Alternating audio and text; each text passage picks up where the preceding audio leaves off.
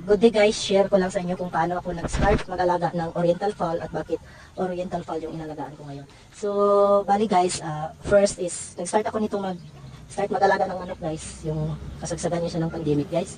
Kasi yung, wala akong libangan guys ba. So, para may pagkakain-kainin tuwing umaga at saka hapon. At saka, nag-start ako native chicken lang siya guys. At so, native chicken lang para for meat consumption. So, naisip ko maliit na yung native chicken guys. So, bumili ako naghanap ako ng mga basilan or huluhano ng mga manok guys. So, yung mga hulo na manok. So, bali naghanap ako sa palengke guys. So, nakabili ako doon. So, malaki na manok yun so guys. Nasa sobra 3 kilos yung isa. So, mga sa 3.6 ata yung tinuman ni guys. So, bumili ako guys. And then, ginawa ko yun siyang brood cup guys. So, bali mga nasa 1 week nata yan sa akin guys. So, napansin ng kapitbahay namin guys na meron ako bagong manok. So, sabi niya, nagtanong siya sa akin kung pwede bang spar namin or ilumbag ba. So, kasi ano yun siya, pag lockdown kasi dito sa amin pag Sunday guys. So, sigurado na walang maglabas ng bahay kasi isa sa ganyan siya ng pandemic. So, makalabas lang kami guys yung nagtatrabaho sa mga frontliners ng makalabas guys, yung mga essentials. Yun. So kami guys na kahit pandemic, makalabas ko din kami guys kasi nasa essentials yung labas sa trabaho namin guys. So kailangan namin magtrabaho kahit lockdown. So makalabas kami. So makalabas kami, makatrabaho kami guys. So bali, pag Sunday, lockdown talaga dito sa amin. So nakita niya ako. So ano ya guys, sabi niya na mag-spar daw kami ng manok. So try namin guys.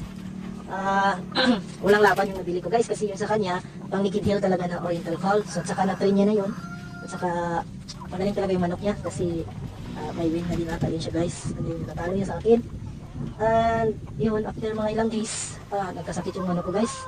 So sobrang bugbog siguro ng kalaban niya. So bali bumili naman ako ulit ng sa palengke yung huluhano pa din, pistiso ata yung huluhano o may ano yan siya na pang crossbreed na sa sa Naked Hill na Oriental Fowl. So bali guys, yung pag next Sunday naman kasi lockdown, yun na lang yung libangan namin, maglumbag, mag-spar ng manok, yun yung libangan namin dito pag yung kasagsagan ng pandemic. So talo pa rin guys, wala pa rin, hanggang katatlo ako bumili ng brood cup kasi ikatay ko rin yun, kaya mahina din maglaro. Yun siya. Yung pangatlo, nabili din ako dito sa palengke, ganun pa rin, wala pa rin, mahina pa rin guys. So ginawa ko na lang yung brood cup sa mga native chickens ko guys. So guys, yan siya ang yung last ko na nabili na huluhano or basilan ba yun ng manok. So bali guys, nag-search ako online kung saan ba may mabili na yung pang Naked Hill na mga manok or nagtanong-tanong ako dun sa mga kakilala ko dun sa trabaho, kung alam ba sila kung sino nagabinta. O bali guys, yung kasamahan ko sa trabaho kasi yung kapatid niya nag-fight siya ng pang Naked Hill. So bali may isa sila manok doon guys na hindi pa masyadong lumalaban guys. So yung siya isa guys. So sabi niya doon muna sa akin, hiramin ko daw muna, gawin ko daw muna ng brood cup o tapanin ko daw muna. So hiniram ko guys. So yun, i-pair ko sa mga native chicken sa nakabili din ako sa palengke ng yung mistiso na huluhano din na brood babae guys, yung brood hen.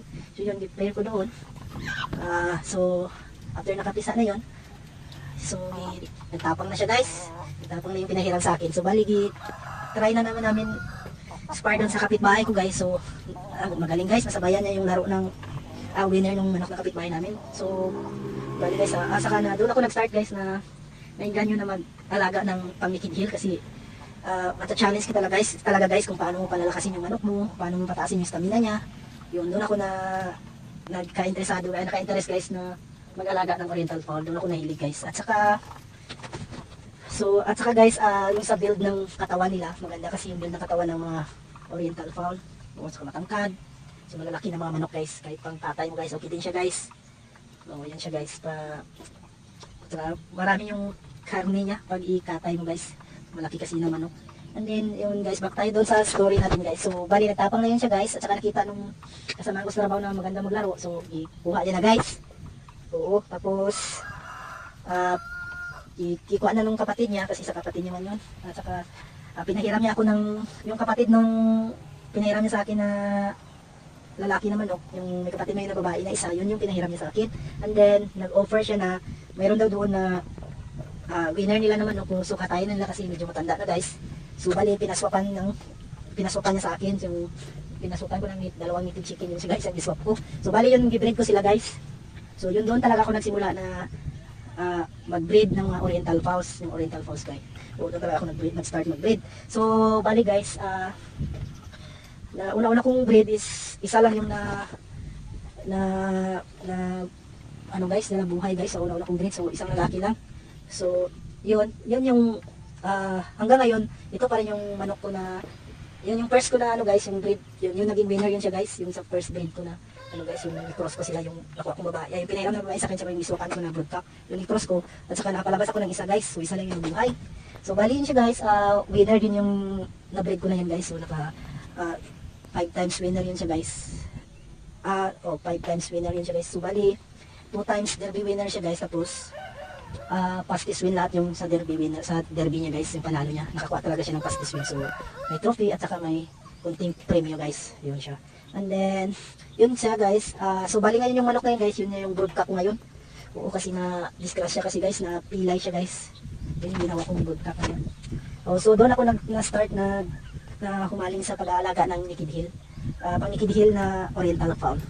So kasi yung build ng katawan nila, yung malalaki, saka yung matatangkad, at saka pag may lahing oriental fowls guys is matagal matamaan ng sakit guys. So yan siya, yun, matagal siya like sa mga American fowl guys na alaga, kailangan mo talagang ingatan ng pag-aalaga mabuti guys, kasi kunting ano lang guys, magkasakit ka agad. Kasi yung sa oriental fowl, medyo malakas pa yung ano nila guys, yung immune system nila, kahit sa sipon or sa mga anong sakit yan guys, kaya pa nilang labanan ng immune system nila guys.